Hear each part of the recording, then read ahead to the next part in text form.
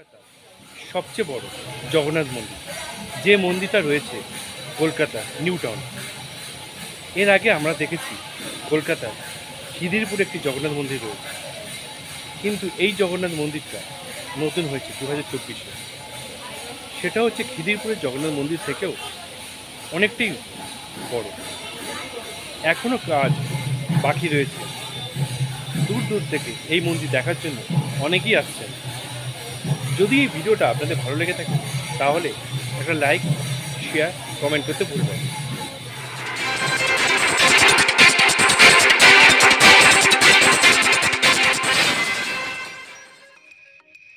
আজ আমরা বেরিয়ে পড়লাম আবার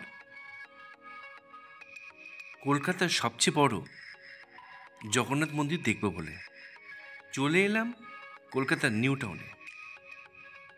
নিউ টাউনে যে বিশ্ব বাংলা রয়েছে সেখানে। কিভাবে আসবেন? যদি বাসে আসেন তাহলে সোজা চলে আসবেন নিউ টাউন। এখানে KV16 239 বাসে চলে আসতে হবে। যদি বাস না পান তাহলে আগে চলে আসতে হবে বিশ্ববাংলা গেট। বিশ্ববাংলা গেট থেকে অটো পাওয়া যায় 10 টাকা করে পড়ে কারিগরি ভবন আসতে। ওই বাস স্টপেজে ওখান থেকে সোজা রাস্তা পার হয়ে চলে এলাম এই যে কারিগরি ভবন, ঠিক এর পাশে হেঁটে যাব।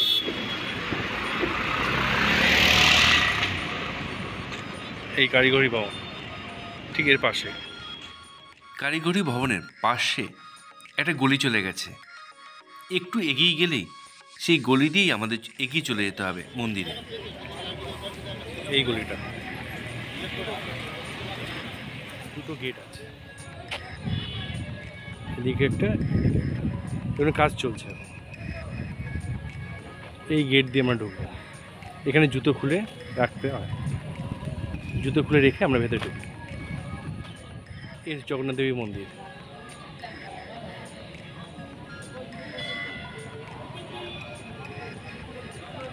এর আগে আমরা দেখেছি পুরীতে যে জগন্নাথ দেবের মন্দির, তারপর কলকাতায় রয়েছে খিদিরপুরে জগন্নাথ দেবের মন্দির। এখানেও রয়েছে একটি বিশাল বড় জগন্নাথ দেবের মন্দির।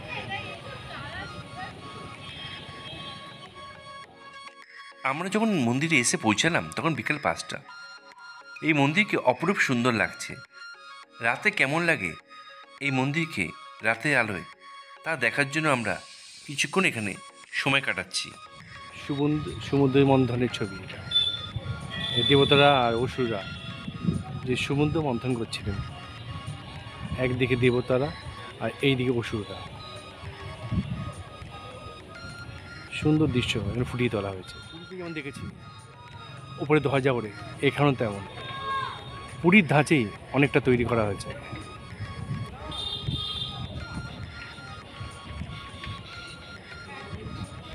এই মাঝখানে রয়েছে শিব পার্বতী।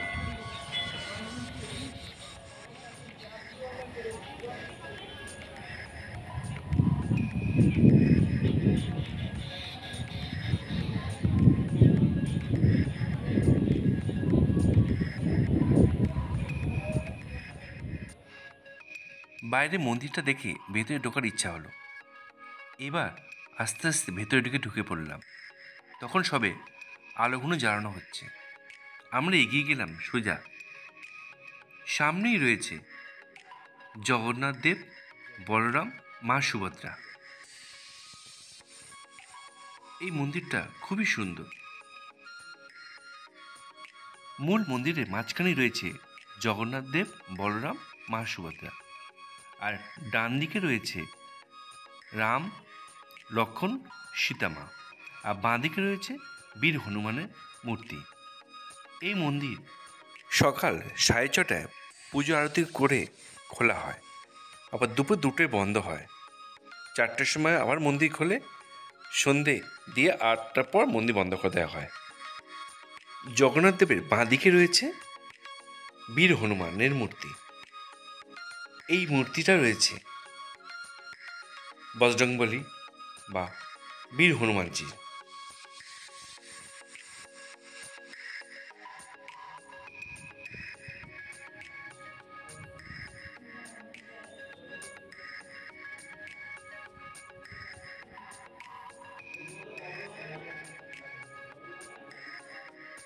ডান দিকে রয়েছে রাম, লক্ষ্মণ, সীতা, আর নিচে তাদের পায়ের নিচে বসে রয়েছেন বীর হনুমান।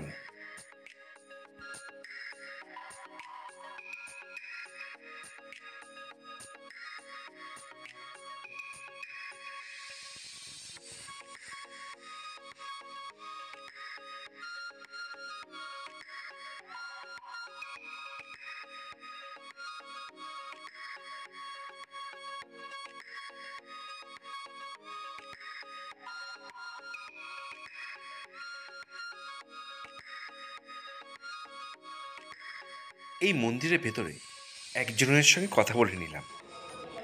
আমাদের এই মন্দিরটা সকাল 6:30টায় খোলা হয় এবং 6:30টার সময় মিষ্টি প্রসাদ দিয়ে আরতি হয়, পূজা পাঠ হয়।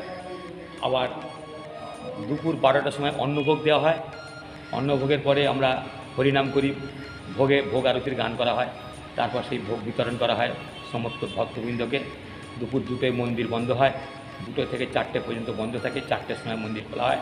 রাত 8:30 থেকে 8:30 পর্যন্ত মন্দির খোলা থাকে। সন্ধ্যেবেলা পুজো কখন হয়? সন্ধ্যাবেলা পুজো 6:30 থেকে 7টার মধ্যে পূজা আরম্ভ হয়। আরতি হয়, হরিনাম হয়, ভোগ আরতি। ভোগ আরতি হয়, হরিনাম হয়।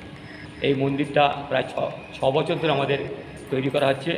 এই এলাকার সমস্ত মানুষ, এতদ অঞ্চলের সমস্ত মানুষ তাদের দান দিয়ে, তাদের দানের টাকা দিয়ে আমরা এই মন্দির তৈরি করেছি। আর এই মন্দিরে আমাদের হালদাখালী সেবা সমিতি সমস্ত সদস্যবৃন্দ, তাদের অক্লান্ত পরিশ্রম, তাদের সহযোগিতা আর এতদ অঞ্চলের মানুষের সহযোগিতা ও তাদের ভালোবাসা দিয়ে তৈরি হয়েছে এই মন্দির। এটা উচ্চতা কত? এই মন্দিরের উচ্চতা প্রায় 300 থেকে 350 ফুট উচ্চতা আছে। 300 ফুট হাইট আছে। 300 ফুট হাইট। এই মন্দির আমাদের পাশে আরও হায়দাকালী মন্দির আছে, মানে রাধাকৃষ্ণের মন্দির আছে। তারপর আপনার বনদেবী ঠাকুরের মন্দির আছে। এখানে আমাদের আরও অনেক মন্দির তৈরি করার আশা আকাঙ্ক্ষা আছে। রথ ছাড়া আর কি পুজো হয় এখানে? এখানে রথ ছাড়া হরি মন্দিরে পূজা হয়। ওখানে আমাদের শিবরাত্রি হয়। শিবরাত্রি উপলক্ষে হরিনাম হয়, অষ্টম প্রহর হয় শিবরাত্রি উপলক্ষে। তারপর এখানে দোসরা বৈশাখ মেলা হয়, বিরাট মেলা বসে দোসরা বৈশাখ। 29শে চৈত্র নীল পূজার দিন এখানে আমরা পাঁঠা বলি হয় এবং বাবা হাজদাকালী পূজা হয়। কত পাঠা বলি হয়? পাঁঠা বলি হয় 29 তারিখ চৈত্র মাসে। মানে প্রায় 80 থেকে 86 খানা মতো পাঁঠা বলি হয়ে থাকে। সমস্ত মানসিক পাঁঠা, বহু দূর দূরান্তের লোক তারা মানসিক করে, ঠাকুর নিয়ে আসে, বাজি বাজনা করে এসে তারা মানসিক পূজা করে এখানে এসে, আর সেই তারা পাঁঠা মানসিক করে। এছাড়া আমাদের পৌষ মেলা হয়। পৌষ মেলায় পয়লা পৌষ আমরা দুস্থ মানুষের জন্য বস্ত্র বিতরণ করে থাকি, কম্বল, বস্ত্র। এই এলাকার সমস্ত দুস্থ অসহায় মানুষের শীত বস্ত্র বিতরণ করা হয় আমাদের হায়দাকালী সেবা সমিতি। আমি এই হায়দাকালী সেবা সমিতির পক্ষ থেকে এতদ অঞ্চলের মানুষ ও বাইরের সমস্ত কলকাতা শহরের সমস্ত মানুষকে প্রার্থনা করছি, তাদেরকে আহ্বান করছি আমাদের জগন্নাথ মন্দির এবং হায়দাকালী মন্দিরে আপনারা আসুন, এই মন্দির দর্শন করুন, আপনারা দেখুন এবং এই মন্দিরে এসে আপনারা আমাদেরকে দান দিয়ে আমাদের মন্দিরকে সহযোগিতা করুন। মন্দিরের ভেতরে যেসব ছবি দেখছেন এগুলো কোনো ছবি না, এগুলো হাতে তৈরি করা। পৌরাণিক দিনে রামায়ণ মহাভারত থেকে এই ছবিগুলো নেওয়া। মাঝখানে রয়েছে বড় একটা ঝাড়বাতি, যেটা ঠিক মন্দিরের মাঝখানেই রয়েছে। দেওয়ালের আশেপাশে সব বিভিন্ন পৌরাণিক ঘটনাবলী তুলে ধরা হয়েছে অপূর্বভাবে।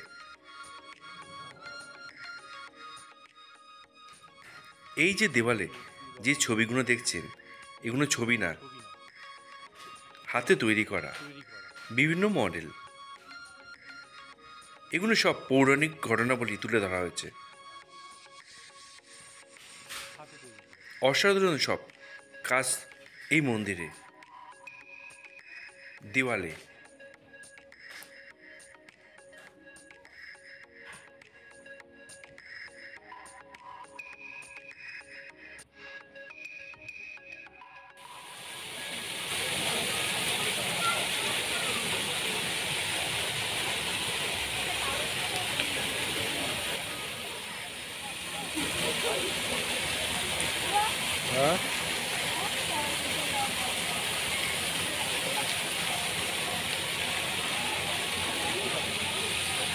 কি হয়েছে?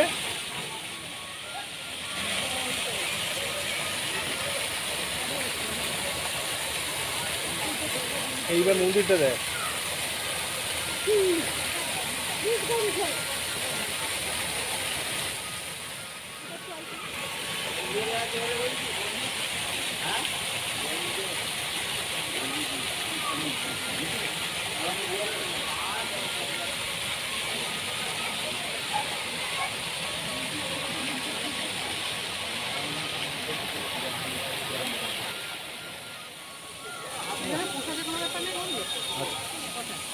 তাই সেটা খুবই ভালো।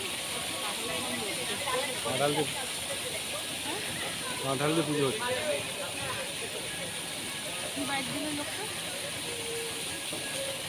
এবার দেখ আমি যখন ঢুকবো ওই কথা বলতে রেকর্ডিং হচ্ছে। দেখি দেখি দাঁড়িয়ে মন্দিরের ভেতরকার আলো আস্তে আস্তে জ্বালিয়ে দেওয়া হলো, কারণ চারিদিক অন্ধকার হয়ে এসছে। এই অন্ধকারের মধ্যে এই মন্দিরকে আলো জ্বালিয়ে অপরূপ সুন্দর লাগছে। বিভিন্ন রঙের আলো জ্বালিয়ে দেওয়াতে মন্দিরকে আরও সুন্দর লাগছে।